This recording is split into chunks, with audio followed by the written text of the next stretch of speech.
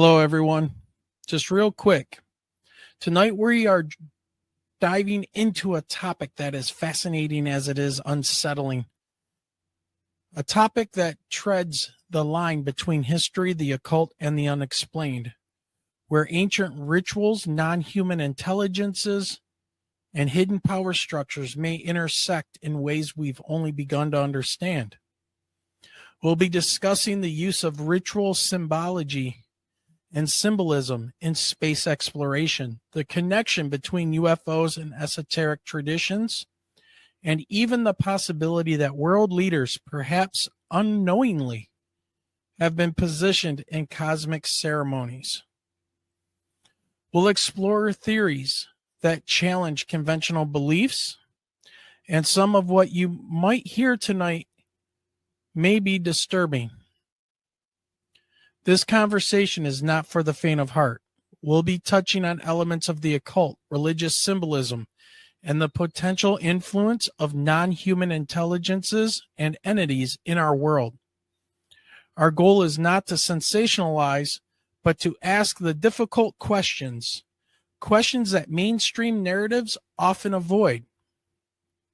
Viewer discretion is advised. This is a discussion meant for those who seek the truth, no matter how unsettling that truth may be. With that said, let's begin.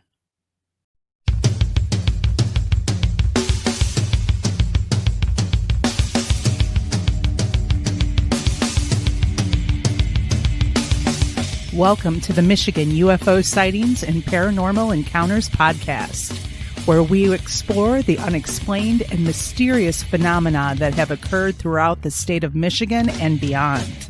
From UFO sightings to ghostly encounters, we delve deep into the stories, the evidence, and the theories behind these strange events. We are your hosts. I'm Michelle. And I'm Wayne. We are an educator duo that after an encounter with a triangular UFO in 2018 in Michigan, we decided to investigate UFOs and the paranormal.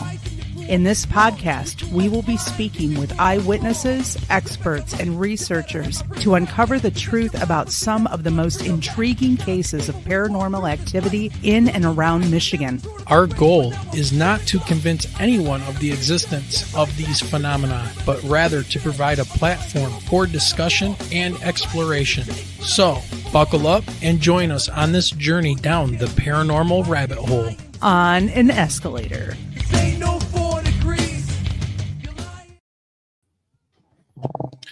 All right, everybody. Hello and good evening. It is Sunday, May 4th. May the 4th be with you. Yes, may the 4th be with you. 2025, and we're coming to you from deep inside our bunker tonight for sure, tucked away in the shadow of the great Motor City, Detroit, Michigan, on a rainy and dreary night as we get ready to talk with returning champion and guest, Nathaniel Gillis, researcher of, let's just say it like this, paranormal and UFOs, but it's much more than that. And if you've seen us on our show with Nathaniel before, you know exactly what I'm talking about. We're going to dive deep into the deep end, and it's all kinds of dark and creepy tonight. So grab that favorite drink, a tasty snack, and settle in as we prepare to hear from an amazing guest about non-human intelligences and their involvement in human affairs, especially entertainment and reproduction. We're going dark tonight, so be warned. Protect yourself from what I will just simply call the enemy as we learn more about their plan for humanity. Michelle. And remember, if you have a story that you would like to tell, or if you would like to contact us, you can email us at mi.ufo.podcast@gmail.com. I've went so deep into the bunker that I'm using my photo to hide behind a bit tonight. Yeah. Also, if you'd like to support the podcast, you can do so, as we said earlier, with PayPal, Super Chats, buy us a coffee, check out our merch store, or join the Patreon. All of those links can be found below in the show description. I believe it's under the link tree. You can find all of those. If you do decide to become a YouTube member or a Patreon member, you will get a shout out during the intro and be listed in the credits at the end of the show as a thank you for your support. And remember, Don't forget to smash that like button. Don't just click it. Smash it, subscribe to the channel, and share us out. What was it the Hulk used to say? Hulk smash. Hulk Hogan is what I'm thinking of. Drop the elbow. Oh, yes. Right, drop the elbow on that like button. All I remember of Hulk Hogan was, what was it? The ripping. Oh, yeah, WrestleMania. The shirt. WrestleMania, yep. Gen X all the way. Oh, definitely. And remember, you can also find this show on audio podcast hosts everywhere. Look us up on Apple Podcasts, Spotify, iHeartRadio, Amazon Music, among others. Get out there and follow the audio version of the show and leave us a review. It helps us grow. And remember that next Sunday, May 11th, 2025, yes, we know it's Mother's Day, but we will be having on Michael Roser to talk about the possible discoveries under the pyramids, human consciousness, and the connection to the paranormal. Yes, and we did not do a show this previous Sunday because, well, I was at training and then became under the weather, and this guy had to he had to have a reboot. I did. And if you can tell with my voice, I'm still feeling a little bit of the ick, the spring ick once again. But he's not dead yet. I'm not dead yet. He's getting better. Yeah. Absolutely. All right. Sorry, so one of my favorites. Michelle, why don't you go ahead and talk about our guest? Oh, yeah, I'm telling you, this guy is like tried and true, part of the fam. And Nathaniel Gillis is back with us, author of the book, The Skin That Crawls, and A Moment Called Man, founder of Necronetics and Parasymposia, and lecturer. Nathaniel, known as an esteemed paranormal researcher, is a captivating figure in the realm of the supernatural. With an unwavering dedication to unraveling the mysteries of the infernal, Gillis possesses a wealth of knowledge and expertise that has established him as an authority in his field.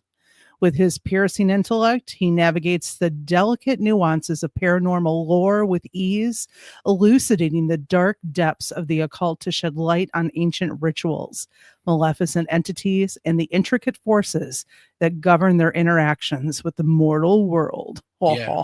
I feel like just adding like a sinister laugh at the end. You need to like be rubbing your hands together while you're reading that, like, ooh. Yes. So, all right. So anyways, let's go ahead and get this show on the road. Nathaniel, let's get you on here. Nathaniel, how's it going? Doing good. It's good to be with you guys. And I always enjoy my time with you. And I know we're going to do what we always do, right? We're going to do a killer show and get deep into the research. Nathaniel, dude, we were having a conversation this afternoon and wow. I mean, just so much going on, so much happening with you in real life. I mean, we're going to talk about all that good stuff. I will save that for later. So we'll get into it because I'm sure it's going to get really dark here. And one of the first things I want to do is talk about what happened to one of our listeners the last time you were on our show. The day after you were on our last show where you came on, I received an email from one of our listeners and watchers who said that, and sent me some pictures and said that he had an experience or let's say some type of an encounter or something attacked him. And I'm going to bring up those pictures. And this really was, how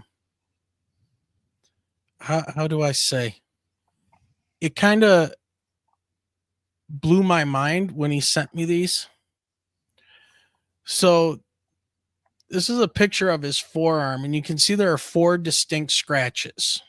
So when I first received this email, I was kind of like, the viewer, he said, he was thinking about last night's show or episode, and then this happened. Creepy.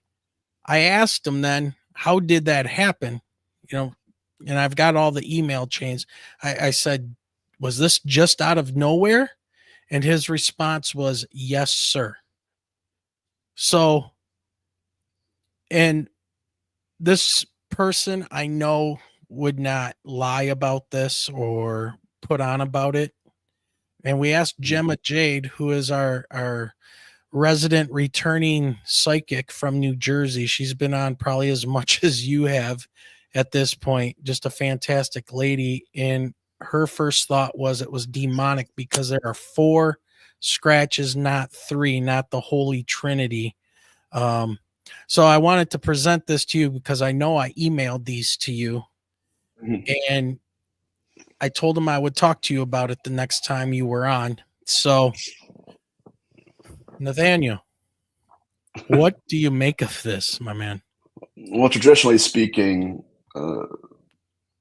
within Catholic circles, it was because it was 3 that it was demonic. That was believed to be mocking the Trinity. When it's 4, would be the opposite, allegedly. But I still have a hard time buying into that hypothesis, only because a lot of times what happens, and this is not a projection onto any other researcher, so please don't take that the wrong way, guys. Is that the phenomenon will lean into different archetypes, specifically the demonic archetype.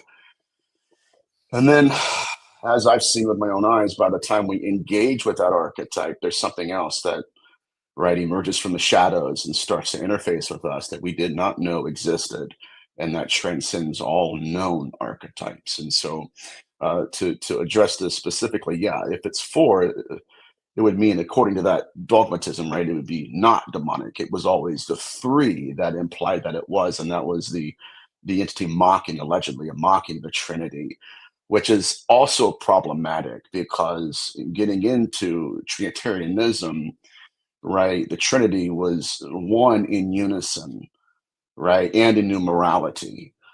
So you would have 3, but it'd be 1. So if the phenomenon was really kind of mocking the Trinity, it could be just 1 scratch, not 4. But this is what we would consider to be the hitchhiker effect. And sad to say, guys, this is not the first time I've witnessed this after a show, especially dealing with my subject matter. I did a show a while ago now where I got an email from the mother who spoke to me and said, look, my son, after doing a show, my son came to me and said that something was poking him when he was sleeping at night, reaching its hand through the pillow and playing with his hair and stuff. And so it was from that point on that I started losing shows, right? Because people started talking to each other. Next thing I know, I had like one lady was like, I'm not even sure if I want to have you on my podcast. And so with that said, it's not just podcast canceling. I had one researcher, and we'll get into this in a second, that I've since distanced myself because, she's an experiencer and a researcher, and I didn't want her to be affected like this because of my work. And so, in fact, she had messaged me before we started conversing and said I was really concerned with what you're doing because she didn't want to be influenced by my research either, or affected by it. That is, this is the hitchhiker effect, and this is it is pathogenic in a sense. We've seen this in possession cases and haunting cases, and hitchhiker. Now, I still have an issue with that term hitchhiker because that implies consent. Nobody's consenting to this. Quite the opposite. It's just happening to people.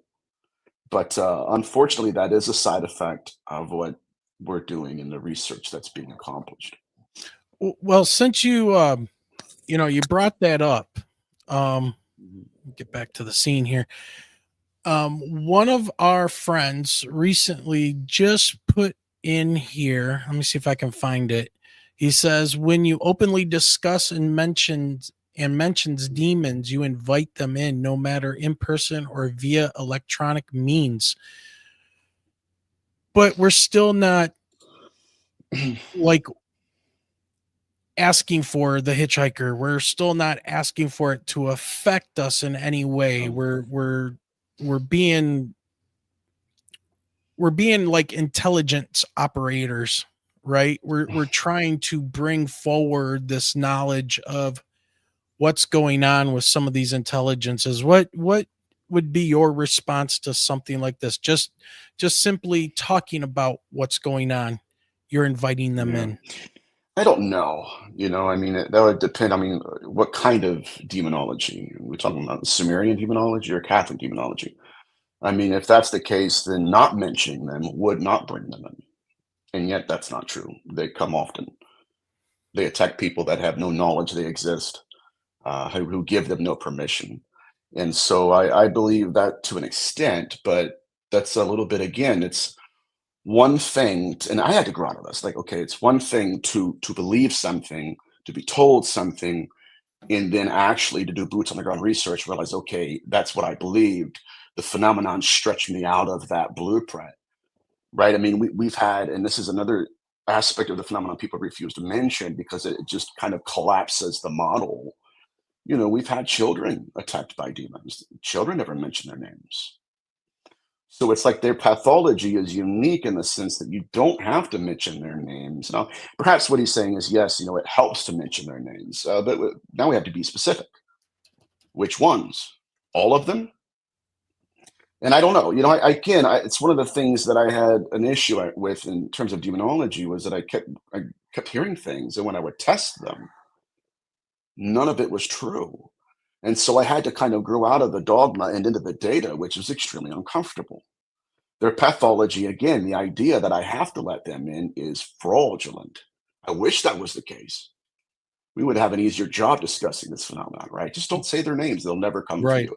That's not true. They'll knock on different doors. They'll incarnate in front of your family. And so that's one thing that I never bought into.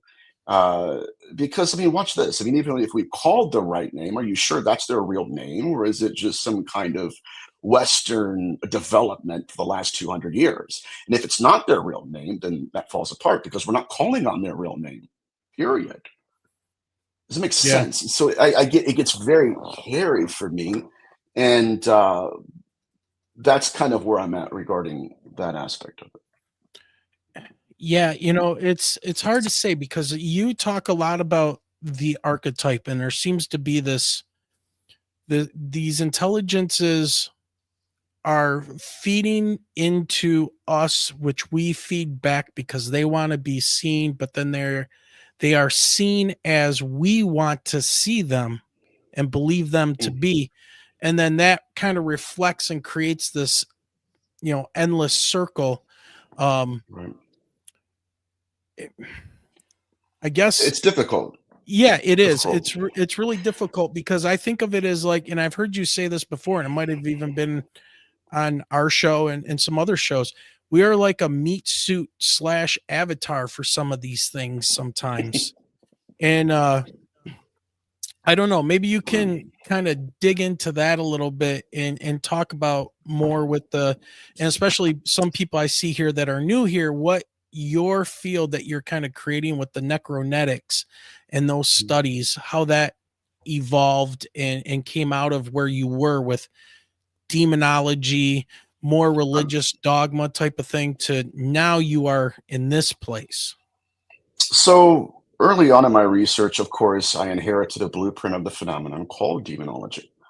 You know, when I grew up as a pastor's kid, my father was flying in Hebrew scholars from Israel, and so I'm eating Chipotle, picking their brains. Like, okay, I knew what I experienced growing up in the haunted house, right? I saw apparitions, what I thought was something demonic, you know, and so I thought, okay, I'll pick their brains. And so, pretty much the earliest concept of what we're talking about I got was Nephilim, you know, watchers and that kind of Jewish mythology.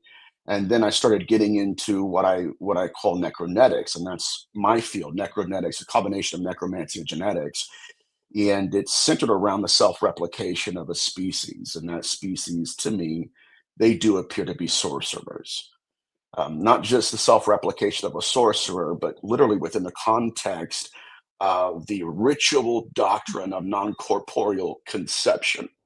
Early in demonology, there was recorded various cases where women was their specific victimology. They were being haunted by entities that were grooming them into very compromising positions and then inseminating them with a fetus. And so a lot of my field centers around Sinister of Amino, Montague Summers, Bernard of Gordon, what was once considered to be larvae, literally being hatched within the wombs of hybrid mothers within demonology.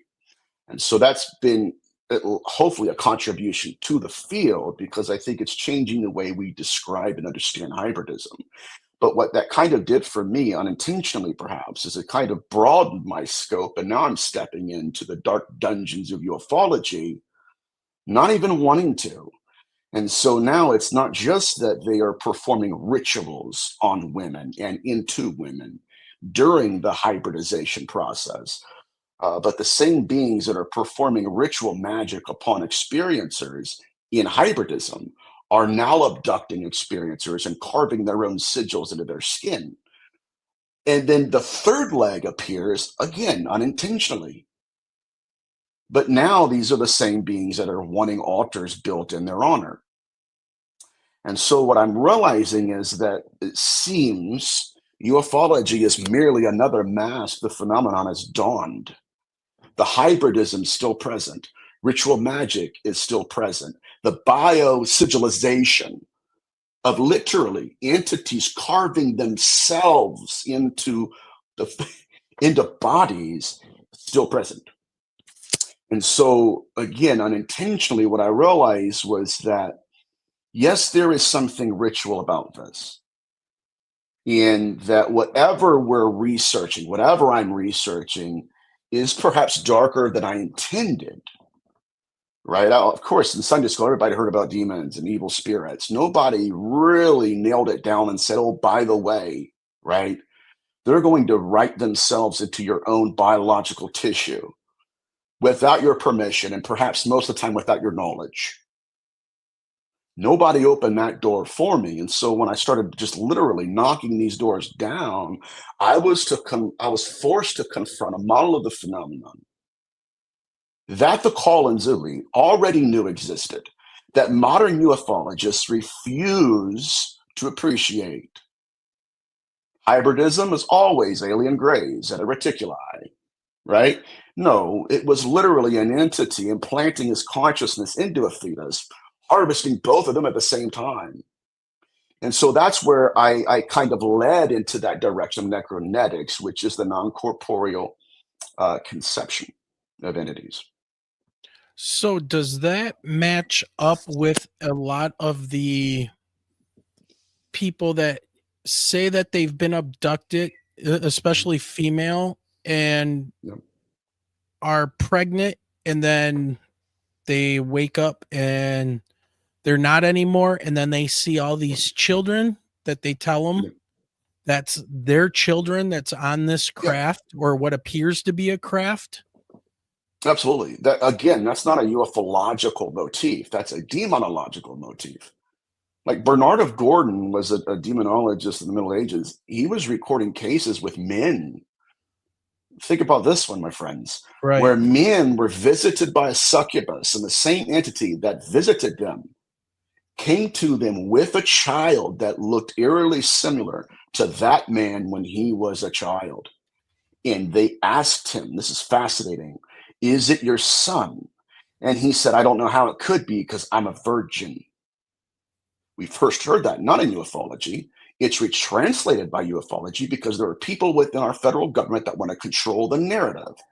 They're the ones building altars in their homes and then going on other streaming networks and saying, oh, by the way, there's nothing to see here. There is something to see here. There's something profoundly dark about this, and I'm tired of pussyfooting around it, right? And that's not a bad thing to say, but we need to have conversations here, and apparently nobody's wanting to have this because it pushes them to confront a darkness they refuse to acknowledge. Watch this. Outside of their own homes, their own research, their own altars, their own incantations. And so what I realize is that, yes, there is an intelligence structure built around this phenomenon. Jacques Vallée was one of the very first research to highlight this, where it's a control mechanism. The phenomenon doesn't care how much research you do, how many books you write, how many t-shirts we sell, how many conferences we go to. It's not about the amount, it's the kind of research you do the phenomenon pays attention to. And if it has to, it will literally create a physiological construct, walk that what we thought was a human being up to your doorstep, knock on your door, and you're thinking you're interfacing with someone that actually exists, and it's not, it's an arrow form. It's somebody it's the phenomenon sticking its finger into the water, we're thinking we're talking to human beings. And it's not. It's a physiological construct of the phenomenon. And so my point here is, yes, it gets dark very quickly. And it's not just because, there are some sinister aspects to it. It gets dark because this is stuff nobody wants us to know. And I you know me, my friends, so tell me where to go. But yes, there are darker nuances to this. And what I'm seeing again is that in Dr. Carla Turner's latest research or last research that she was doing, the phenomenon was providing a port, not only in her home, but in other homes around her, specifically women, where the phenomenon was taking them. Guys, we've got to pay close attention to this. It was taking them and carving sigils into their bodies from head to toe, and then placing them back into their homes. Not just symbols, but what's called biosigilization, when the entities, in my opinion, were writing themselves, their incantations, into the human tissue of experiencers.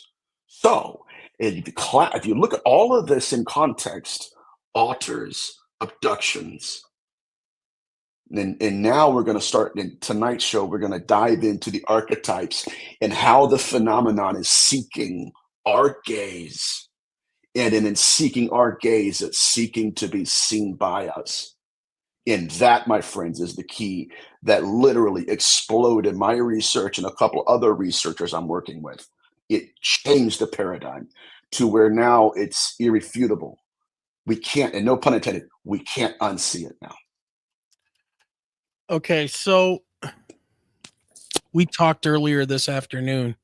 We said we were probably going to end up really upsetting some people in the ufology community out there.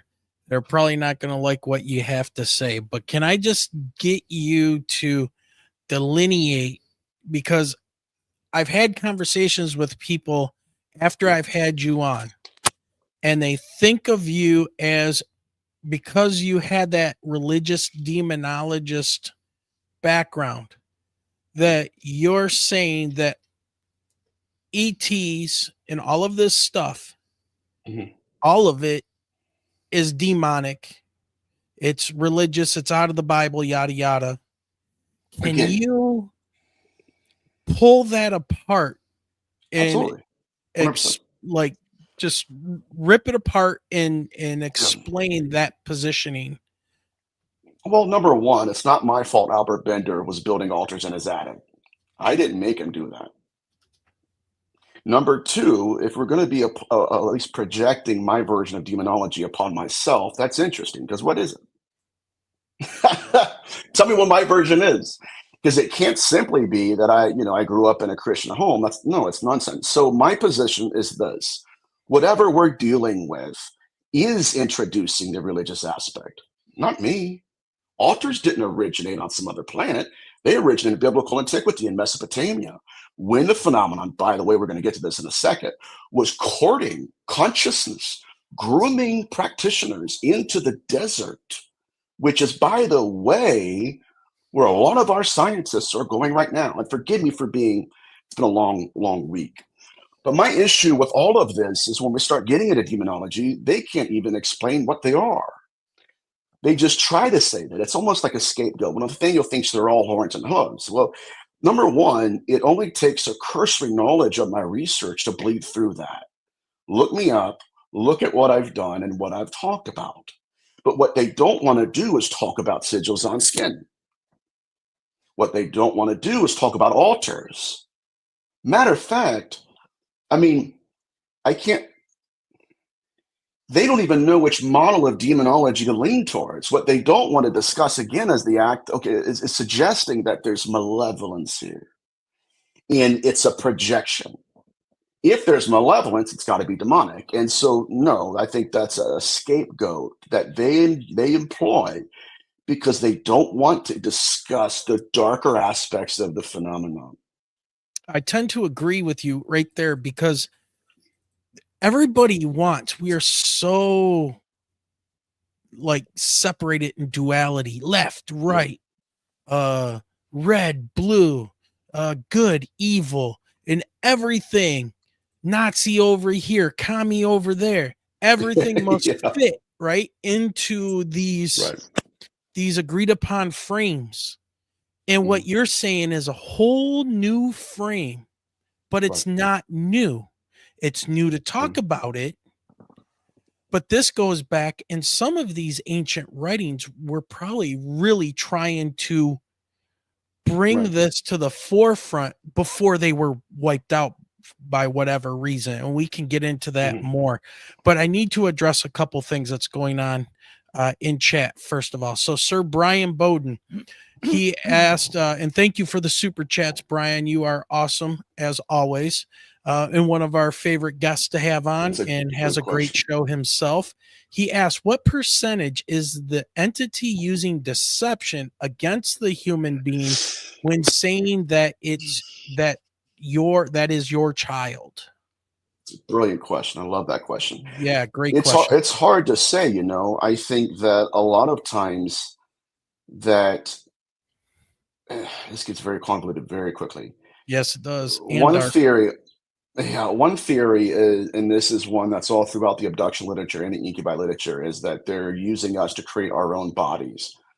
Right? That's we've heard that from Dr. Kohler Turner's, some of her cases, and Betty Lucas' case, where they have a body double present in the craft, and they're asked why, and it's like, well, we took this seed from you, or we took this egg from you to create a new body for the resurrection. I would kind of no. I think that what they're doing again is they're employing ritual magic. This is called sympathetic magic. This is where we get voodoo dolls, where they create a second version of you, and in order to affect you here, it's called spooky action at a distance. And Crowley put this forward. One of the practitioners was one of them that put this forward, to where they do one thing to one body, and there's sympathetic magic where it stretches itself into your dimension. Not just that, um, but to his question, I don't believe that this is for our resurrection. Dr. Carla Turner had a case study where, in again, cloning, replicating, copying bodies, not a new phenomenon. This was recorded as far back as the Apocrypha of John, Long Codex 2 of the Nag Hammadi texts, where it's the same entities. So yeah, they were appearing to women in the images of their husband.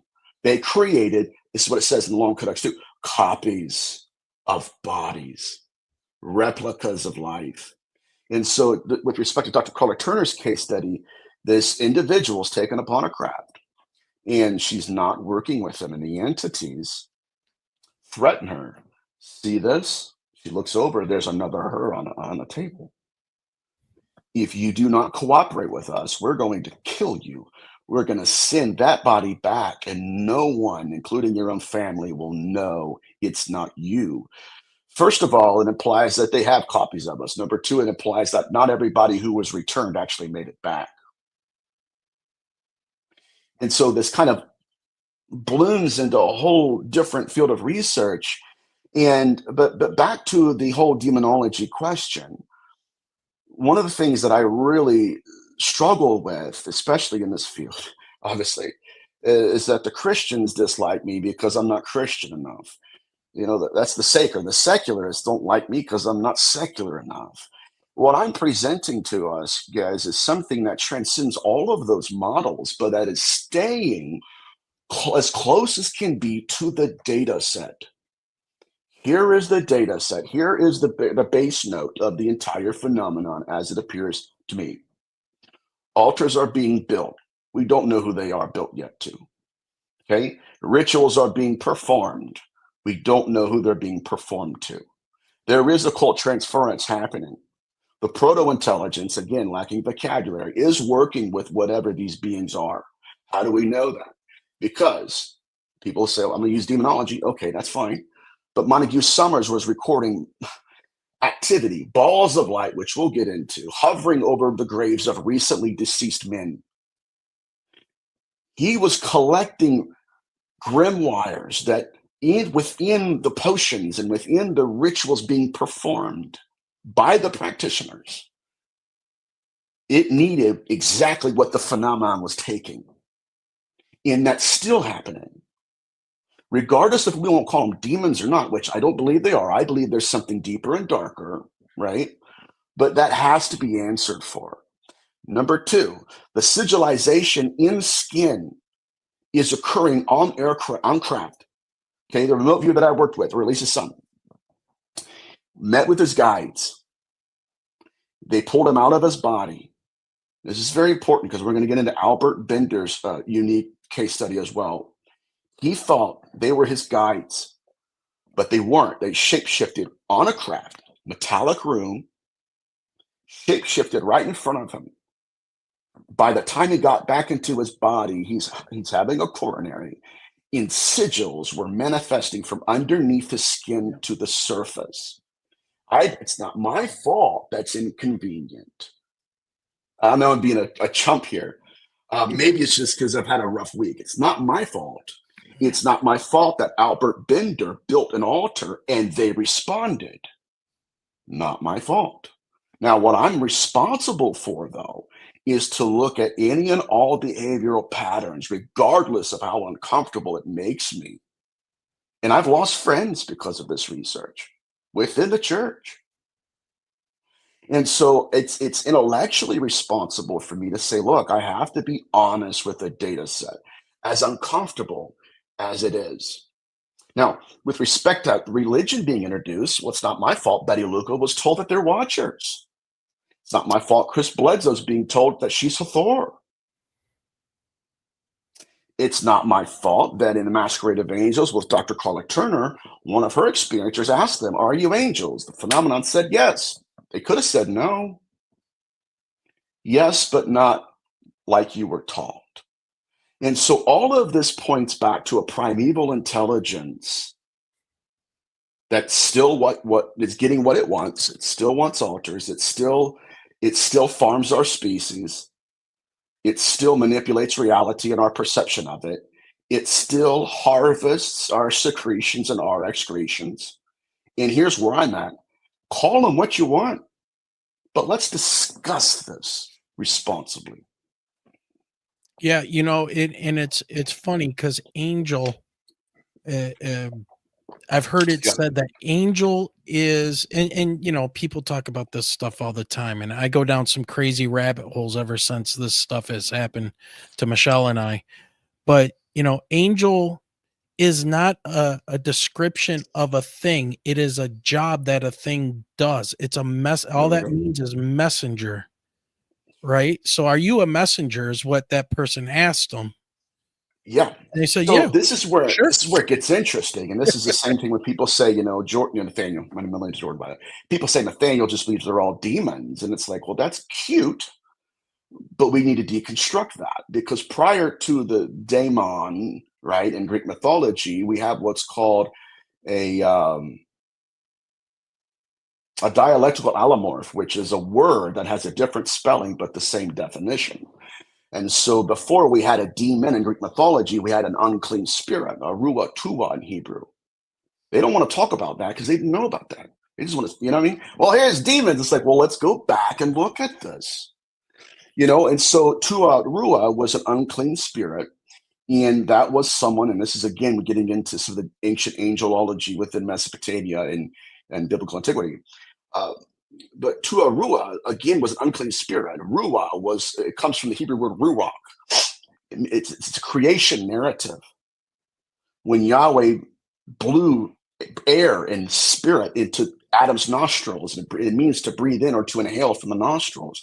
That's a creation narrative. And so early on, long before we got the Greek mythology and the understanding of what an angel is, it's on Olympus, wings and all that.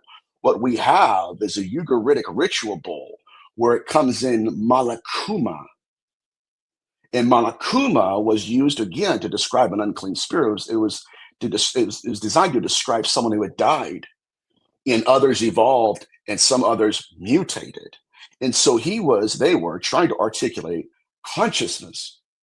Hey, can I go down this little road for a second? Sure. Even the exorcistic rite in the book of Numbers, chapter 19, was not against an angel on Mount Olympus. It was against what's called corpse pollution. When someone goes, and I said this before in another show earlier, when someone goes into a house not realizing there's a dead body in there, the stench from the corpse would often fill all of the vessels in the home, much of which was food. And so what they would do upon realizing it, hoping to stop the pollution, this is important, of the vessel, they would go and hurry and put lids on the vessels to preserve their food. Later on, that became the exorcistic rite. You'd go in there, the same kind of ritual. You go in there to cleanse the house. You threw water, like a baptism. You cleanse the house from corpse pollution. And so what ancient demonology did was said, now you're the vessel. Now it wants to possess you like it possessed the jars. So now we've got to perform that same kind of ritual on you. That's where the exorcistic rite comes from. In even Malakuma, which we get the word angel later on in the 1st century, it meant deceased ancestor. This is also why, and I mentioned this in another show, but I have to kind of nail this down because, Nathaniel believes they're demons. Well, now we got to go into angelology and kind of unpack that. But this is why when Apostle Peter was thought to have been martyred by his family believed he was killed. They're inside. In order to understand what they're saying, you got to listen to what they're saying. He walks up, knocks on their door, and they looked at each other. And here comes the word angel. It must be his angel. No, they're pulling from an ancient concept they already believed. And that was that some, at least some, are consciousness. And that kind of opens up a whole nother aspect of the phenomenon. And I think that's why our government is studying consciousness. But Yeah. that's a whole nother show. Anyways, I apologize for that rant. No worries. Let's take a quick little breath here, and I want to acknowledge Nathan from the Quantum Show.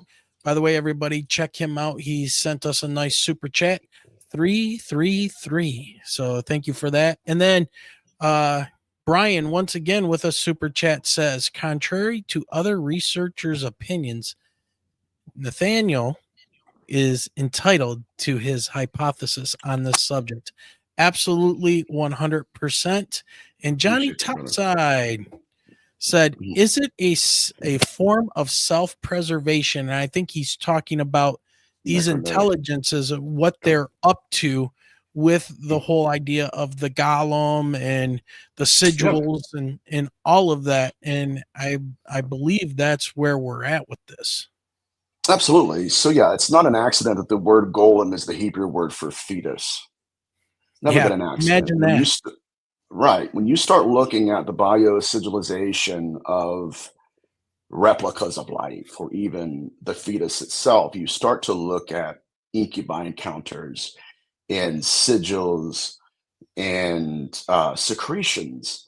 Now, what I'm looking at currently is how the phenomenon is evolving alongside of earthly practitioners. Now, we can look at first calls. Perhaps they're mentoring our practitioners and kind of that kind of aspect of it. I'm not so sure. Like if you go back to the Apocryphon of John, there was a sexual pathology that always concerned me. And we're going to get into it. I'm going to have to really break this down. But when the phenomenon seeks to incarnate an archetype, it seeks to be seen. Not just that, but again, I believe, and if people don't know this, but I believe the phenomenon is employing and weaponizing the observer effect when we are around it. Now, why do I believe that? Because we have case after case after case of an entity appearing as something else from the side eye. And then when it's in front of you, it's seeking to be seen. Even in ontology, it's called the ghostly glare, where there is an interfacing event where the phenomenon is seeking your gaze. And in that, it's weaponizing the observer effect. Now, we have cases, my friends, where multiple people are in the same room and see the phenomenon as completely different entities. Why? It's because by observing the phenomenon, we are collapsing various forms of the same being. It's no different than ufology, right? Dr. Carter Turner had cases. People are going to say, okay, Nathaniel, you mentioned this before. Unfortunately, I do a lot of shows. But, people are on the highway and they see this UAP, and some of them don't see it, others do, but none of them could agree on what they're witnessing. It's because we are observing it, and by observing the phenomenon, it changes the phenomenon being observed. We can't agree on it. So that's, again, it's seeking to be seen when it wants to construct an archetype in our presence. And it goes as early, again, as the Apocryphon of John, which for the religious people out there, that's a commentary on Genesis 6.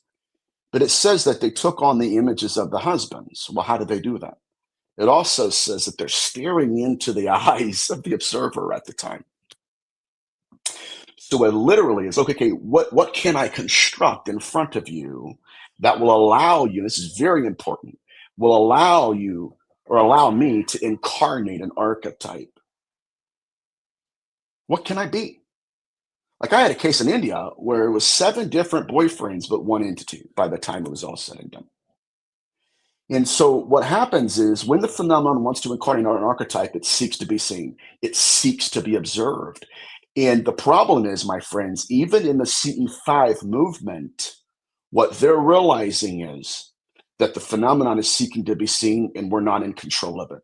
Number 2, there is a difference, a contrast. This is a very important key point.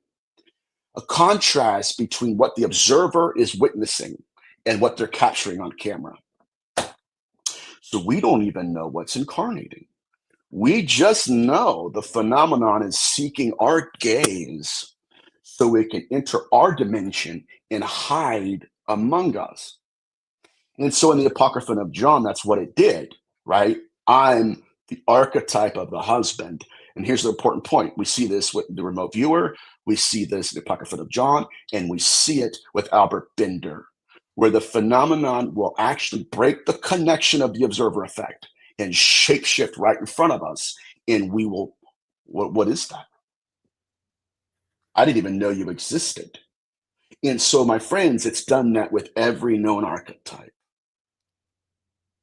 Okay, can I make one last point regarding that? Yes. Even in hauntology with Lloyd Auerbach and others, even Dr. Barry Taff, what they realized is they were capturing an apparition, or they were witnessing, rather, an apparition, and they would go to their cameras and all they would see is an orb. And so the entire paranormal field creates some research around it. That's an apparition. We got to create apparitional theory. But what if that's just a construct of the observation effect, where there's no real apparition? It's the phenomenon where we are projecting a mask on it, and it's wanting a mask to be projected. And so that, my friends, is how it operates with us, absent from us. Truly, that's why the pathology is the same, no matter what archetype we're looking at. So can you break down, before we move on to some other things, and most recently some of the stuff that's just within the last couple of days happened to you, but can you break down that observer effect? What do you mean by that exactly? This is fascinating. So when I first came up with this theory, I got a hold of Steve Mera, and he and Barry Fitzgerald have 2 different projects. They're the same project, but different stages of it. It's called, oh God, I forgot. The Project Doorway. Forgive me, Project Doorway. So what I started looking at, I said, okay, is it possible that we're observing the phenomenon and the phenomenon is collapsing itself? We're changing it fundamentally just by observing it with our consciousness. Building upon that concept, I emailed him desperately. And I said, I need to know what I'm looking at. No pun intended. I need to know, right, if there's something to this.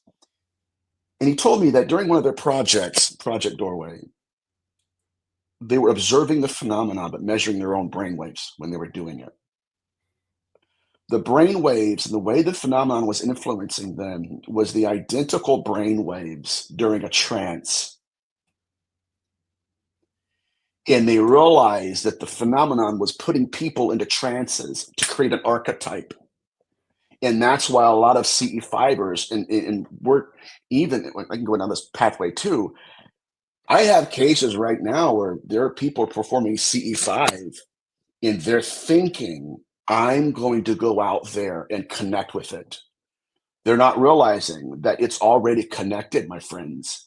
And they're gazing, they're in a trance, and they can't break it off. So my opinion, guys, again, is that I So wait believe a it's minute. called, Okay, so I think I got it. I think yes, I got it. I'm it's sorry to interrupt. seeking to be seen. So the thought that the person is doing CE5 to try to connect with the thing is given to them by the thing Yes, yes. It to is make seeking them. our gaze. It's Gotcha, seeking gotcha. our gaze. And here's the problem. We're dealing with the proto-intelligent. It seeks to be seen. And by being observed, it constructs this archetype around us. And again, this gets back to the illusion of control the phenomenon gives practitioners. It's like, yeah, but who put the thought in there? And even to that point, my friends, in incubi literature, it's forcing the eyes of the experiencer to seek the gaze of the entity. That's what it's doing. And when it does that, it puts people into trances. Okay, just take my word for it. And what it's doing is, look my way. I want to manifest an archetype. Boom. Here it is. What they're witnessing with the eye is not what's being picked up on camera. Now, what that means also is that one of the two is incarnating. If we extrapolate that again, even into hauntology, apparitions were being projected by orbs. Okay? We've seen that with Chris Bledsoe, where he's underneath the auspices of a ball of light. Here comes Hathor. Matter of fact, you know me, I can go on. And I've had a lot of coffee because my body's been hurting like hell. So Yeah. just bear with me. Yes. So my point though is that it's possible that even when we're interfacing with this, orbs, and again, we're looking at the first cause of the phenomenon, it's possible that all of this is being projected by orbs. The apparitions, the Okay, how about ghosts. Yeah, good. well, okay, so how about this? The thought appears in Jack Parsons' head to contact. He wants to build rocket technology. There we go. So he wants to contact out of the blue Aleister Crowley and gets the idea that we need to go into the desert to have some type of ritual to figure out how to contact some lamb creature or entity. And then that thing downloads it. But he was already steered. Hey, if you want this information, yeah, exactly. If you want this is what you have to do. Yes. Again, this has been the most attractive fallacy the phenomenon has given us, is that we are the conjurers of it. I would suggest to you that the pathology is not unique, right? It seeks to be seen. When it is seen, it creates this archetype. We chase after the archetype thinking we're looking at the proto-intelligence. And this gets back to one of my lectures I did years ago. We're not conjuring it.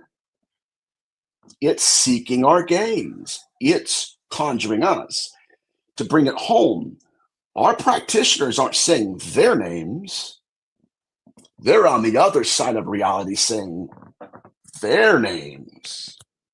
And so again, it conjures us to conjure them.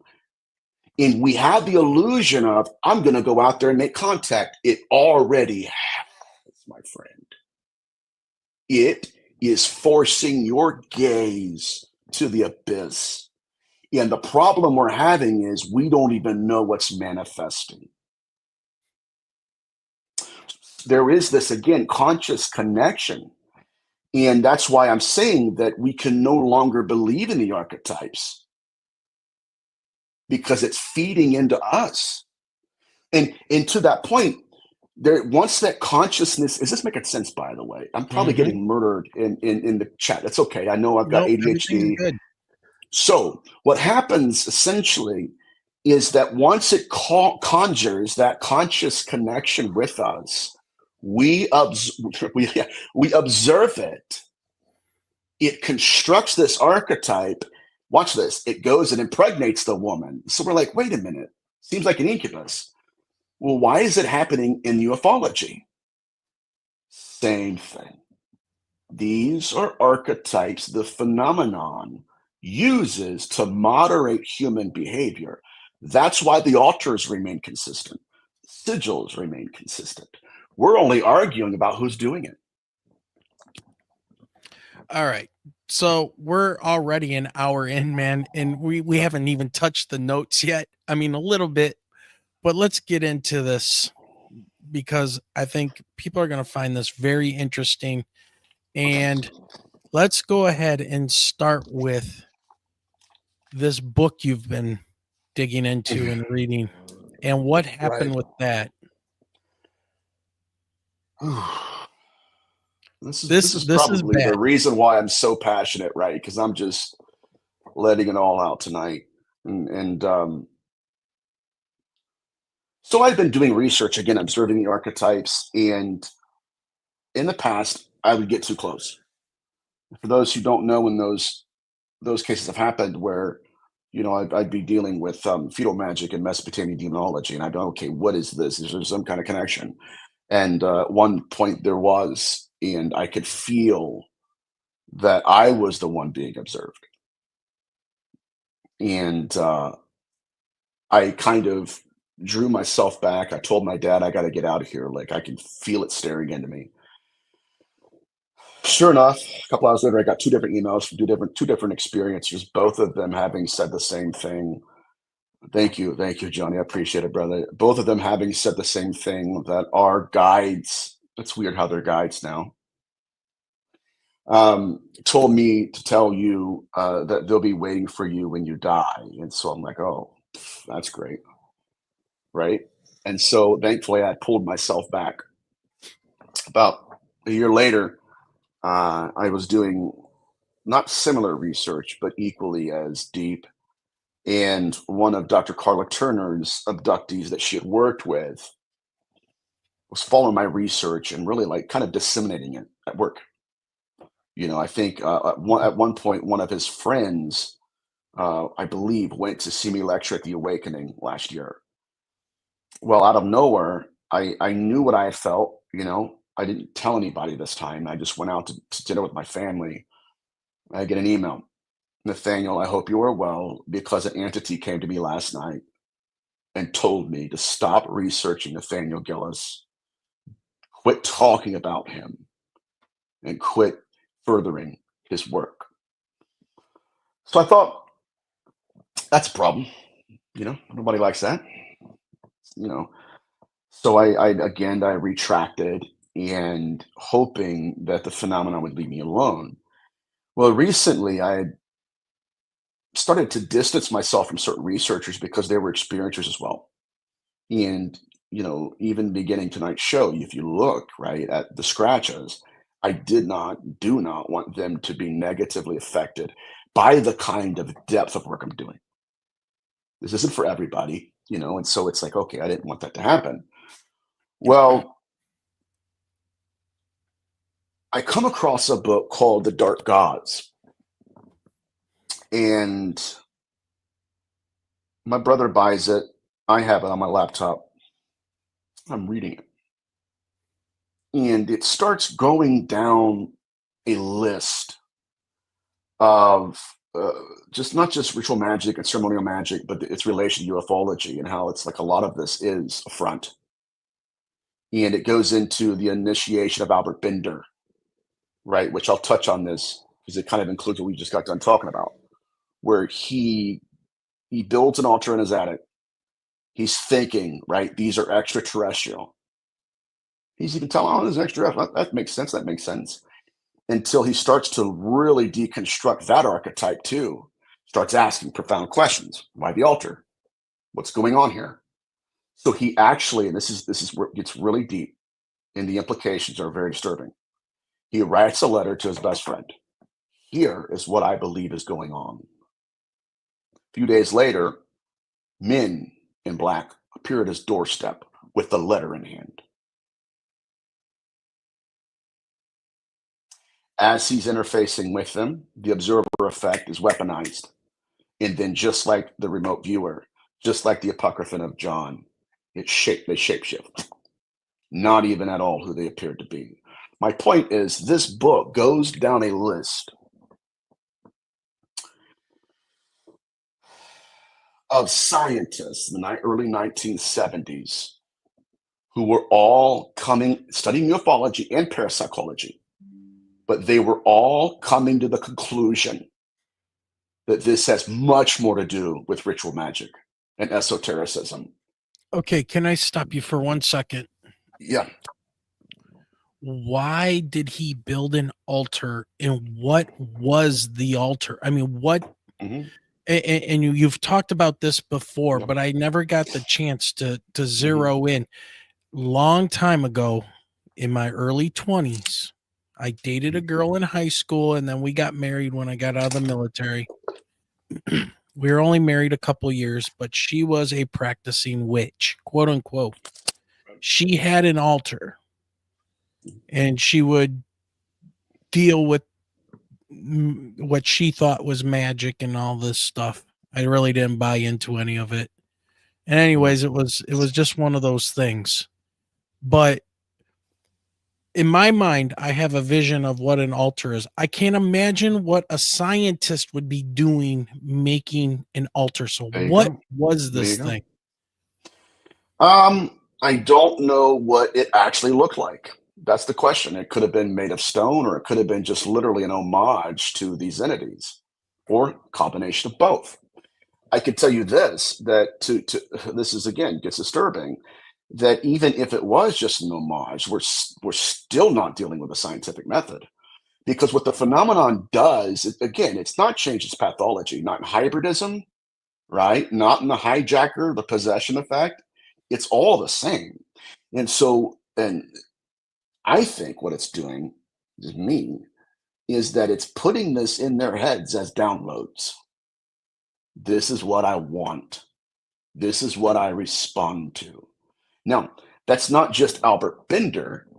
Those are people that the Collins elite discovered within our own federal government, where the phenomenon had actually evolved so much, where we had practitioners not just building altars, but performing ritual magic that they were given by the phenomenon. And the phenomenon was materializing what's called arrow forms in front of them, where it would be like technology, but it would be apparitional. This is going to blow people's minds. And it's like what John Keel said, was it real, right? Were these? Yes, only for as long as they lasted. Were like, what are we dealing with, right? And I wish it was demons. Like, that would be right. Throw a couple of holy waters at it, and let's get out of here. But what I'm suggesting here is that the phenomenon led these practitioners, small, bigger, bigger, bigger. This is what I want. This is what I want. Next thing you know, now there's sacrifices being involved, and now the phenomenon is giving them technology. And then it's interesting. It's fascinating to me. But my point here is that what Albert Bender realized, because we're going to get to the scientists here, I'm going to freak everybody out more, unfortunately. But what Albert Bender realized was that this was not extraterrestrial at all.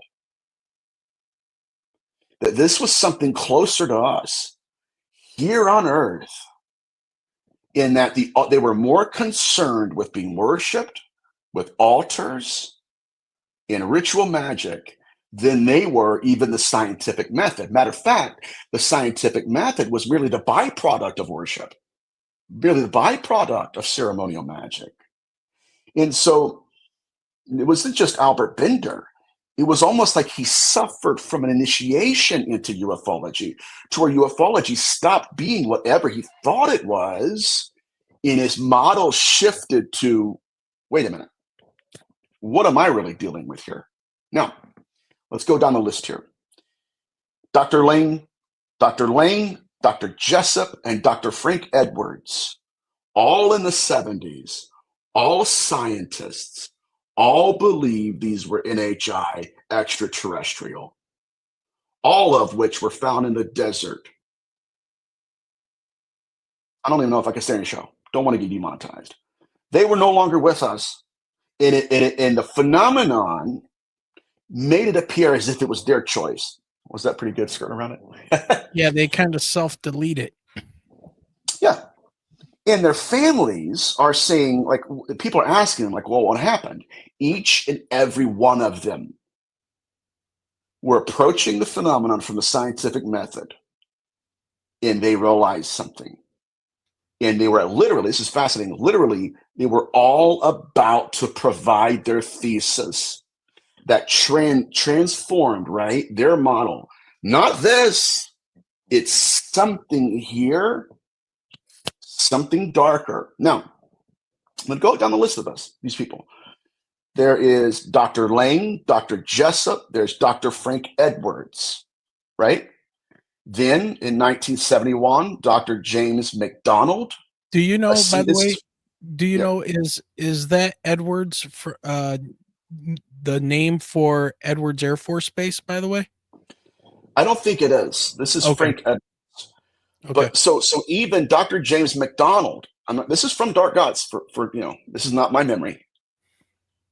But he was a senior physicist at the Institute of Atmospheric Physics and professor of meteorology at the University of Arizona. Guess where he was found? A desert in Tucson. Here's where we start to lose the ET thing, okay? I mean, we should already be there by now, or at least considering the possibility that something deeper and darker is going on, and that doesn't fit under the moniker of demonic either. Demonic's out there. This is right here. So anyways, Professor Rene Hardy was a renowned inventor. He had, I think, 250 different patents. He had already written his thesis on the phenomenon and how he deconstructed the scientific model before he even gave it out. He was also found deceased. When they had the funeral, remember Albert Bender? His family remembers a group of extremely tall men that walked in together, sat down together, spoke with family members, were photographed by them. Nobody knew who they were. When they went back to look at the footage, they never showed up. They were not. I wish it was ET, right? I wish it was Horns and Hooves. Because again, take 2 vials of holy water, call me in the morning. What we're dealing with here is something that is embedded into the fabric of reality. And this is what, again, because you asked me the question about what happened, that at any point and any time of their choosing, with Barbara Bartholomew, with all of these scientists, it's not what we're researching. I mean, it's not the amount of research we're doing. It's what we're researching. Barbara Bartholomew and Dr. Carla Turner were finding sigils on skin. They were not promoted at conferences. They were frowned upon. They were castigated. But at the end of the day, they took Barbara Bartholomew and said, you're due for an adjustment. She almost had a fatal car accident. Her car flipped. Her husband was ejected, hit the ground, deceased. Coming after Barbara.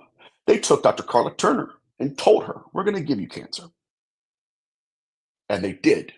So my point coming up, they will delete people. In a phenomenon that deletes people is not love and light. Just the opposite. Can we be honest, right? Let's just be honest here. And so when I started doing this research and putting this together, the observer effect, the realization that this phenomenon has changed mask, but not the pathology. When I realized that, I started feeling this darkness. And it is why I'm worked up. So I apologize. I don't apologize for my passion, but my verbosity, I know, can be a lot to handle. But I had a dream, and in the dream, I was in a car, and I opened up an envelope, and the envelope basically were my test results saying that I have cancer. And so the next 2 days, I'm reaching out to a couple of my friends and other researchers I'm being mentored by. Can you pray for me? I don't know what's going on. I know I discovered something that they don't want out. So there had been this heaviness, right? It's very, very, very bad. Just like worse than all the other times combined. It was like, oh my God, like what is this? And like, I don't know. I'm just doing my research. I don't even know what I stumbled upon. I just thought it was fascinating. Let's tell the world. So my parents and I, my whole family, me, my brother, my parents, we get into the car yesterday to go to dinner. And just driving down the highway. We don't know exactly what happened. A car comes speeding at us at 60 miles an hour, collides with us head on. Boom. We're spinning 3 or 4 times on the highway. We don't know where he came from. I'm not saying he just appeared. I'm not saying that, but there's no explanation for it. He was either coming directly at us, or you're hydroplaned on the emerging entrance. But we asked the police officer and the firefighters. I'm telling you, we spun around 3 times, dude. It was nuts. Like our whole front end was bad. Can I show them? Good. Yeah, I'm in chat talking about how horrible the pictures were. Yeah. Wayne showed me earlier today. And I'm just so glad that you guys made it out of that accident. Well, they hit us head on. And yeah, it was really crazy, really crazy stuff. But we don't know where he came from. And that's not me saying this. The firefighters themselves, they said, well, there's no, it wasn't even raining that bad. You can't, what was going on? So the only explanation, in which, again, I've spoken to my dad over and over again, what happened? And he said, Nathaniel, I had maybe literally half a second. He was already on us. So this, in my opinion, is what happens when you get too close. This is me. People could say I'm an idiot. That's fine. People have before. I can take it. My point, though, It's again, just coincidence. I was in a car when I got those results in a dream. I think this is the phenomenon saying, Nathaniel, take a break. Maybe it's not worth it. Because after we finished spinning, smoke filled the car. And if I'm being, people can say, okay, I'm being like hyper emotional and stuff. That's fine too. Whatever. I don't know. I just know that it was weird. And stuff like this, when I first got to England last year and was lecturing with Steve Marinol and incredible researchers, the paranormal started up. Steve and Jackie took me out to dinner right before I did the podcast at Zohar. And and I felt really bad. It wasn't my fault, but I was like, oh man, this sucks. They bought me this $15 pastry because the restaurant specialized in pastries, and Europe has amazing pastries. So I have this pastry in my hand in a box, okay? Holding it, leaning in, just talking to Steve and I think it was Steve and Chris Turner, looking into where the podcast studio is. And I felt something take its hand or something and flip the box over. I'm holding it, not moving. It flips the box over, smashes on the ground. Steve's laughing, crying in tears. And I said, what is that? The phenomenon. He said, we've been dealing with that ever since the dark side of ufology, that conference was being put together. My point is, it seems that there is another presence here that is neither, we can categorize alien because we don't know what it is. That's fine. But it's neither horns and hooves or extraterrestrial. It's something that can delete people out of the program at will and make it look like it was their own decision or somebody else's. And that's kind of where I'm at. When people project, oh, well, he thinks they're all demons. Have you asked me? Does it Well, sound this like I do? well, right. This is why you were saying earlier about distancing yourself from other researchers as well, correct? Yeah. Yeah. Because of that I hitchhiker effect, or just putting light on other researchers that, you don't want to be responsible. So that makes sense. And I can understand, we talked a little bit about, you know, yeah. thinking about ending the research. Michelle and I have gone and we talk about this. We run into those times where it's like, why do we continue to do this? Yada yada. And Right. then snap, something else brings you right back in. And it's like important It's that we need to continue to do yeah. this. You're right. You're right. Something, and I'm the same way. I've had these conversations with you guys and other Well, you just people were where in a it's like car accident, man. You were just hit head on. I still have PTSD. Like I'm really worked up about it because I and leading up to that, I just felt this ominous presence where I knew, right? And I knew and I don't, financially, I don't have the ability like I did before to just go to Rhode Island for a week and disconnect. So I was like, oh God, what's gonna happen? And the guy that hit us didn't even have insurance. So now we're like, my dad, it's like, okay, what's gonna happen with that? My point though is that it's always the researchers that are silenced. They usually agree on the same model of the phenomenon. And maybe some things are off, like Ray Boucher, they're demons and everything, and he can't do shows because every time he goes to do them, he gets sick and sick and sick. But my point here is that, look, when you look at the pathology, even the biosigilization in the skin follows Austin Osman Spar's protocols. Guys, where the sigils that are carved from head to toe in these experiencers, they'll stay for usually about 3 days.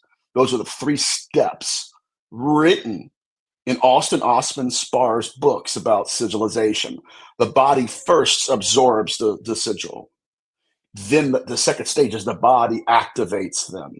Then once the ritual is performed to success and completion, the body rejects them. We've got experiencers that are being abducted by aliens, going to the ER, and the doctors are looking at them, telling them, here's a heated blanket. We don't know what that is. We're sorry, they're burns, but we don't know what that is. So I think we do. Yes, absolutely. I have photographic evidence and video evidence of that. So Yeah. So a question was yep, posed in chat. Do you have any evidence of the sigils yes, found on bodies? absolutely, 100%. And it's not even new. That's the sad thing, right? It's not new. Dr. Kohler Turner had many of these. In many of them, again, they directly correlate not just right with the protocols of sigilization, which that's one aspect of it, right? They are literally sigils we know of. And so, right, it's one thing to say, okay, yeah, it's just a symbol. Okay, now it's behaving like a sigil, not just what it appears to be. It's actually following protocols of sigilization. So, what are we dealing with? I think, again, it's another species that is none of the archetypes, but still wants what it wants. All the secretions, all the excretions, all of the altars. My mentor from England, parapsychologist. Again, if we really want to get to the heart of the phenomenon, remember all of these scientists that I said approach the phenomenon from the scientific method? Here we go. I've met the man, been in parapsychology for longer than I've been alive. You know what he told me the phenomenon wanted? Here we go. Here's a scientist. These things told him to bow down and worship them, Wayne. What?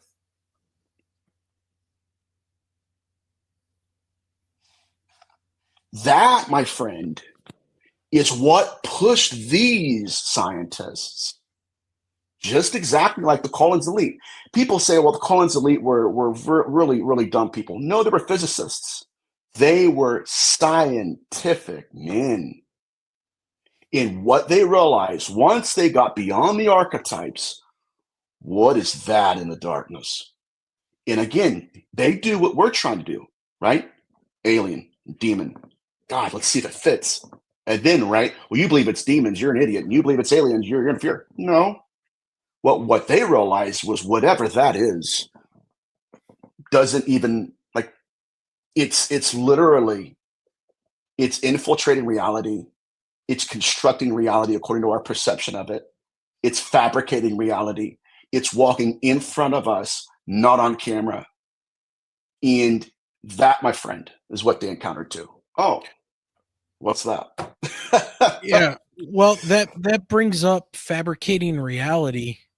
Yeah. You know, we had talked a while ago about when you were, about coming back on the show, and I wanted to talk a little bit about the Hollywood connection to this stuff, and you want Yeah. to talk about fabricating reality. And just most recently you were on another show. I cannot remember the name of that show. I think it was the Forgotten Beyond the Knowledge, Forbidden. yeah. And Yeah. he played a clip of Terrence Howard. Now, Terrence Howard has gone around and tried to explain his super science brain and all of this stuff that he's come up with. But then there's a clip of him talking on a show when he's getting ready to go into acting, and he literally goes into some type of a meditative trance, goes in a bathroom, turns off the lights, stares into a mirror, and he even says it's like channeling something. How Right. many of these people in Hollywood, directors, writers, Yeah. transhumanists, right? These people who think that humans can evolve into some other kind of thing, people, AI, all of this stuff. Is this the idea of the phenomenon creating reality using, I call it Holly weird, because the stuff they come up with is so ridiculous sometimes, and how they like to try to reshape society and societal norms and things that are acceptable.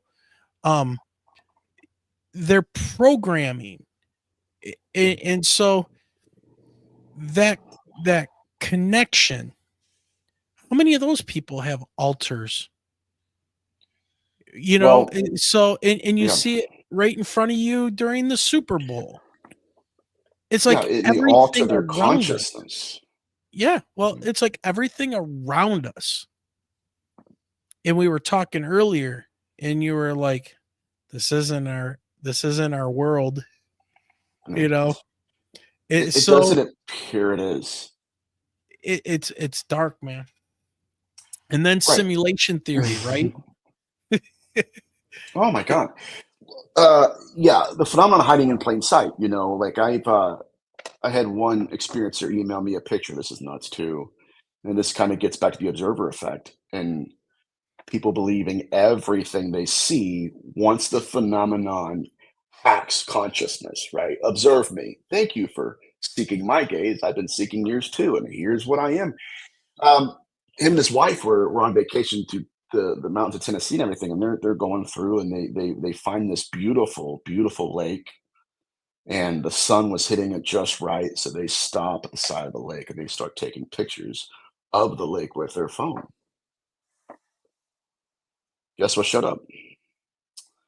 A metallic cigar UAP hovering just above the water on both phones. Couldn't see with their naked eyes. So, what am I talking about? I'm talking about an intelligence that can literally create physiological constructs.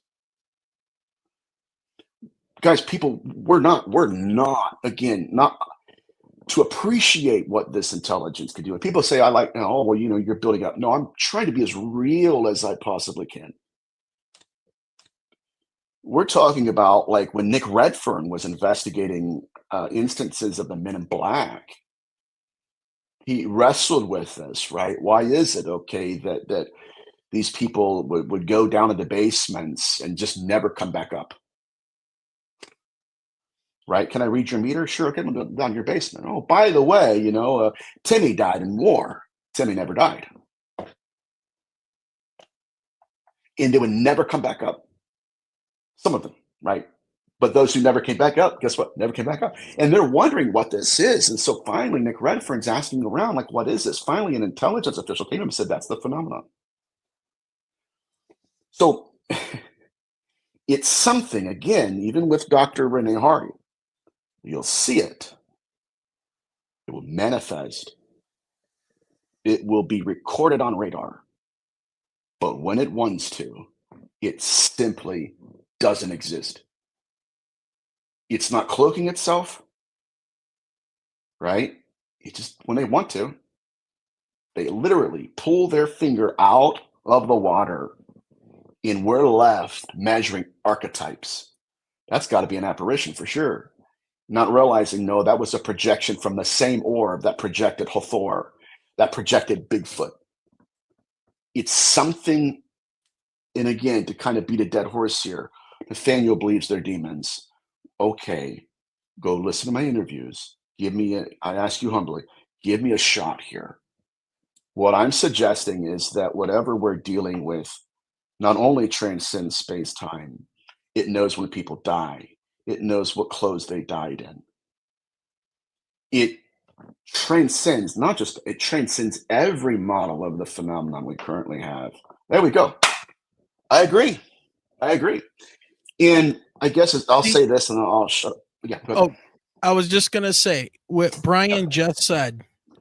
They are interdimensional beings and straddle dimensions.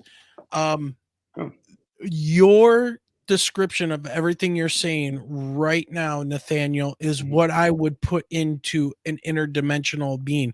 So you get a lot of people out there that talk about, they're interdimensional beings. Bigfoot's an interdimensional being, yada, yada, yada.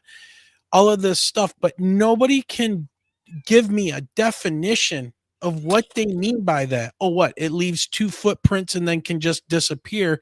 And then you see a UFO. And then people go, well, Bigfoot, UFO must be, related.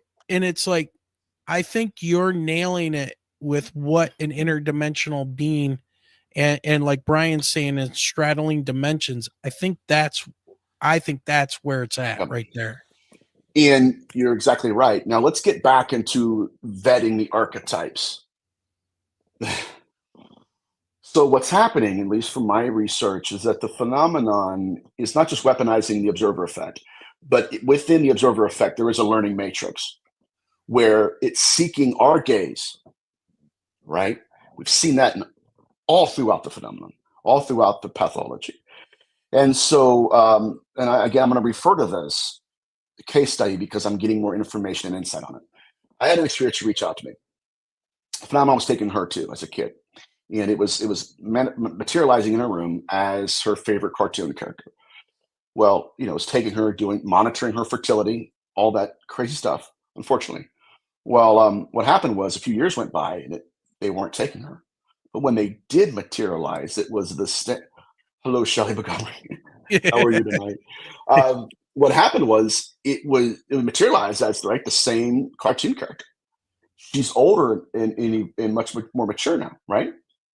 So again, the observer effect, the entity was trying to hold its image, but she said it realized that this is a profundity, guys, because I'm like, what? When I heard this, that there was some kind of connection, a relationship between her belief in the archetype and the archetype's ability to hold its shape. And so when she started to pull, again, it was almost as if disbelieving in the archetype was starting to sever that conscious connection. And now the entity is zooming in. Again, remember what I said? Seeking our gaze, looks into the eyes, and she said its eyes begin to move. And I said, well, what do you think it was doing? And she said it was trying to measure my belief. in its image. Seeking the gaze. So there is this, again, there's this weird situation that's unfolding in front of us. But it's a learning matrix, right? It's pulling information. What do I do here? How can I hold the archetype? Let me go down this rabbit hole and then I'll shut up. I promise. Too much coffee, so I apologize. But my friend Paul St. Clair has cases like this, where he's a cryptid researcher. He's like one of the best, if not the best in the world. But anyways, he has cases where he'll have a wolfman or a cryptid running alongside a speeding car, but the cryptid is barely moving, and by virtue of physics, should not be keeping up with a 60-mile-an-hour car. So that's when he started asking the question, okay, that's a little bit off. Also, if it is a wolf, he's in an area that does not have enough of its food source to facilitate its own existence. It's not real. It's an entity trying to hide. Even to the extent, my friends, well, I think her name was Tammy Stone. This is one of the Collins Elite cases. Where she's driving her car, right? And next thing you know, she sees this orb that's following her and stuff. Next thing, these aliens, of course they're aliens, gotta be. Alien greys are walking to her, but they're jerking. And as they're jerking, they're gliding towards her, trying to imitate a walk.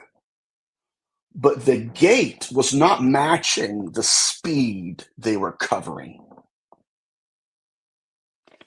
Vetting the archetypes.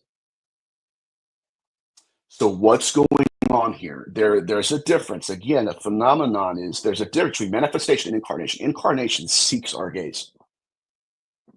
Anyways, I'll shut up.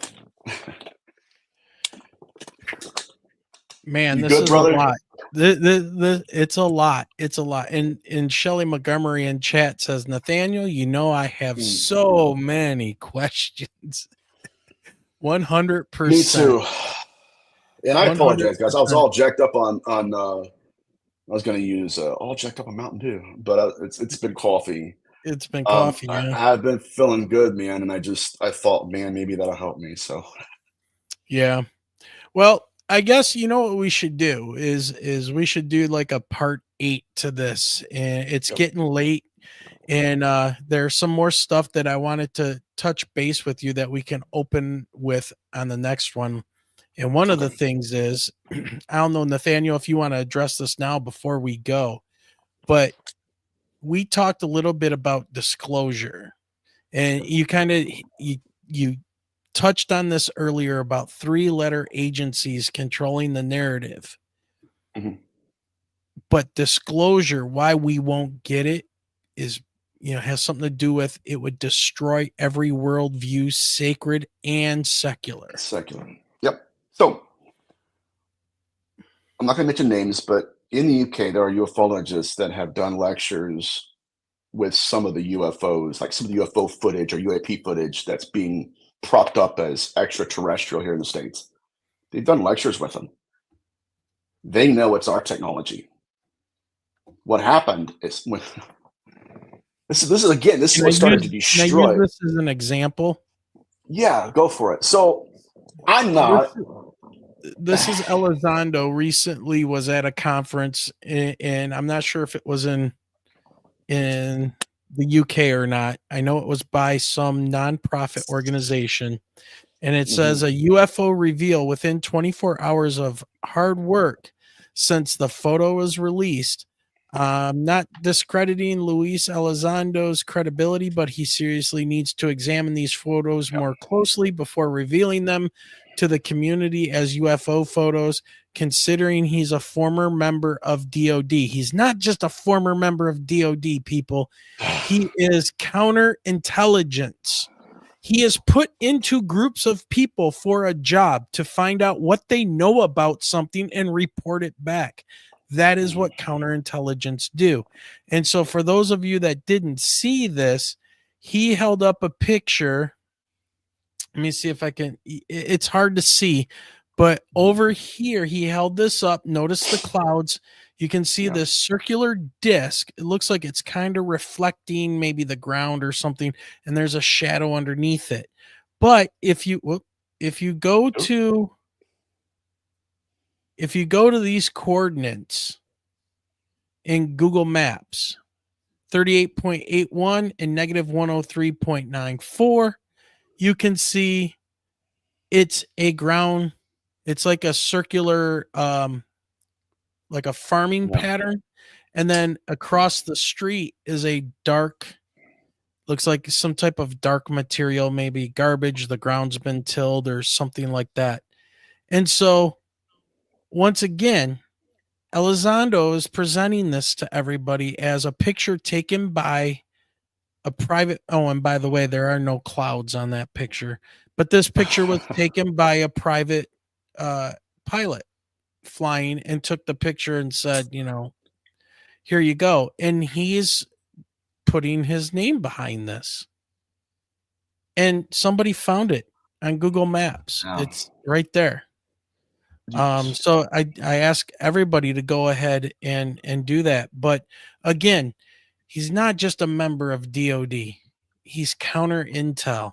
So anyways, go ahead, Nathaniel. Sorry for that. I just wanted to get that out. No, you're okay. I don't want people This is thinking propping up that belief in the alien hypothesis of course. versus this interdimensional one, because the alien's easier to follow than the interdimensional one. Okay, yes, absolutely. Now, I'm going to say that there's technologies that we have, exotic technologies that we have, that we know we have, that are our Probably partners. sent to us by the phenomenon while the scientists are sitting around Yeah. altars asking for help in creating the next, F-47 jet. This is going to be very interesting for people to hear, because I'm very curious as to what you're going to say about this particular nuance. Again, what I'm alleging, and I know this to be true, is that some of the UAP that are being presented as NHI over here in the States are widely known in Europe as our technology. Now, can I give you what a real UAP does? It's going to blow your mind. Matthew Roberts witnessed the gimbal UAP. You know what the phenomenon did after his initial initiation?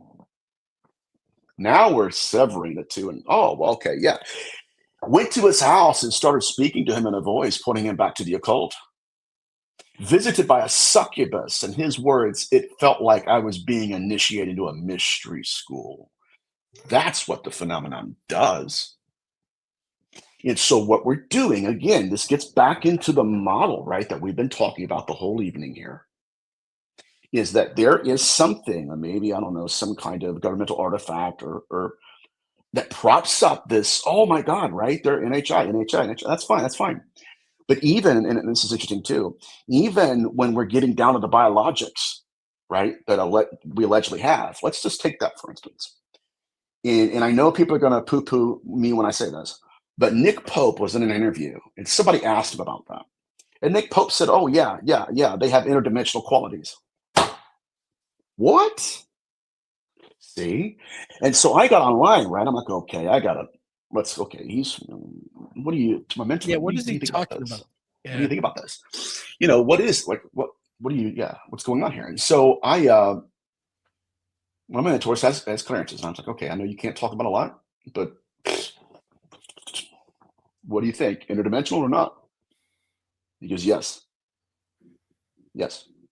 So what are we dealing with? It's, again, that with respect to three-letter agencies infiltrating ufology, yes, that's what I believe is the distinction needs to be made. It's the scientists that show up and say, oh, by the way, I thought we were studying that until I realized it. Here's my thesis. Dead. Silenced. If not by the phenomenon, then somebody else. And it's the same model through and through. We have people in ufology doing the exact same thing we're talking about right now. And then going out and saying, oh, by the way, it blows my mind. And that's why, I'm like, okay, if that's what is going on, if that's as far as the phenomenon is willing to go, guys, my friends in the UK, Barry Fitzgerald, Steve Merritt, were both researching Mesopotamian demonology when the phenomenon materialized in both of their homes the same night. If I'm telling you, if it can manifest but not be witnessed on film, or be witnessed on film and not with the eye, we need to re-examine our model and ask ourselves, is it possible, like I did with demonology, is it possible these are just archetypes and that we're being moderated by another species entirely? Yep. Well, and it goes back to that one story where the woman and her daughter, I think it was, were driving. They look up through their sunroof and they see a Yeah. black triangular craft. They take a picture of it, and what showed on the picture was an orb, like looking like a star, like with Yeah. pointed edges to it. It wasn't a black triangle. Absolutely. That's what they saw. There we go. But yeah. All right, Nathaniel. Yeah. It's getting late. We're an hour and 45 in. We're going to have to do a part 8, 9, 10, 11. We're just going to have to just keep chipping away at this. But, your perspective, your research, it's something that people should consider, right? I heard it said best one time. I saw this lecture by Michael Heiser, who was at a UFO conference, and he was all about the Christian perspective. Okay. What they're describing in the Bible, all of this stuff, what the words actually translate to. He was one of these guys that spoke many languages and knew the ancient languages. He died of cancer, but he said, you guys here at this conference are so, and I'm paraphrasing, you're so interested in jumping on the extraterrestrial hypothesis. And, you kind of hand wave the distances that some of these creatures would have to come from and stuff. Granted, they could have higher technology, but we have documentation here going back thousands of years with the proper translation that you might just want to consider a spiritual reality to this versus, and of course it goes into, the biblical side of things and proper translation of ancient Hebrew. And he was really taking down Zechariah Sitchin, who was, he hated Sitchin.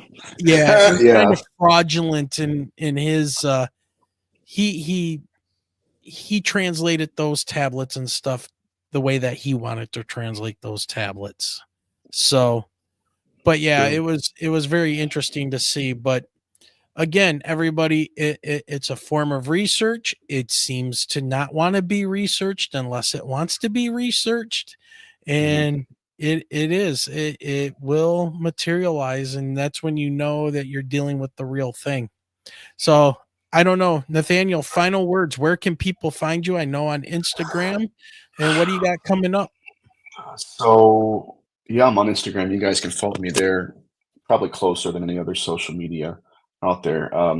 Tomorrow night I'm with the Reveal Report, and we'll be diving into some of the stuff we talked about tonight. But honestly, guys, I humbly apologize. I was all jacked up on coffee, dude. And I mean, like, now I'm feeling I've been getting progressively worse, like throughout the evening, right? Like my body, like my back's hurting, my neck's hurting.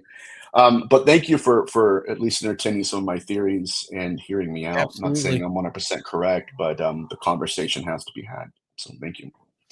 Yeah. All right. Well, thank you, Nathaniel. We'll be in touch as always. It's been a pleasure having you on, and we will catch you soon. Get some rest, heal up, man. I will. All right, guys. God bless. Take care. Take care. All right, Michelle. I know my voice has been so quiet as I hit myself in the face with my mic. If only guys saw if I had my camera on for that one. Man, I'll tell you what, that would have been funny to see, but no, you're hiding, your camera's off tonight, so No, just watching Chad. I realized that we had Yep. one person in there that got in there and decided to make a couple stupid comments, but yeah, well, it happens sometimes, you know. And I need to give thanks to everybody who is watching us now and will be watching us in the future and listening to us in the future, because we got some very interesting news about that. Just real quick, thank you to everybody that is helping make this podcast and this show what it is. So we are now number 22 out of the top 100 podcasts in Michigan. So again, thank you guys. I'm not sure how they are aggregating those numbers to figure that out, but that's because of you guys, and you're awesome. Our audience is one of the best. And also, we are in the top 10% of podcasts out there globally, which is real awesome as well. So, you know, the work, it doesn't pay off, but we're glad that we're able to do that and get a little bit of recognition. You know, there's not any money behind it unless you have millions of subs and stuff. And I don't think that'll ever happen. But once again, I don't know, Michelle, what do you think of our little climb up the podcasting ladder? I told you we have a little eclectic family. Yeah, we do. We do. And again, that's awesome. So special thank you once again, Nathaniel Gillis. It's always amazing to have him on. I can't believe the things that have happened to him over the last couple days. And I think Sir Brian Bowden and Chad has set it out there. You know, be careful, prepare yourself, get protection, ask for protection if you're going to start researching some of this stuff. Because it can get dark really fast and you don't know which way that phenomenon might pull you into researching it. Maybe you want to try to find the hidden top secret aircraft, and that can cause you all kinds of issues. Maybe you go down the spiritual path and open that door. That can cause you some issues. You know, it's just be careful and don't lose yourself. Don't lose yourself. That's probably the biggest thing to take away. Yeah, don't lose yourself in who you are, and you still have a life to live, and go down those rabbit holes, but make sure you can pull yourself back out, right? I mean, yeah. All right, so thank you to everybody in chat. Make sure you check out Nathaniel on Instagram. He goes by the Nathaniel Gillis. I'm sure you can find him. You'll know him when you see his picture. And it has been great. And thank you for the super chats, everybody, and the donations. Nathan from the Quantum Show, once again, Sir Brian Bowden for 2 of his donations. So thank you very much. And with that being said, Michelle. Have a great night and great week, everyone. Yeah, great night, great week. It's almost summer break. We're getting there. We love you guys. Next week, Michael Roser from Dark Hour Paranormal. We're talking things under the pyramids and some things that have kind of come up lately, and we're gonna kind of touch on that a little bit, and it should be a good show. So have a great night, everybody, and remember,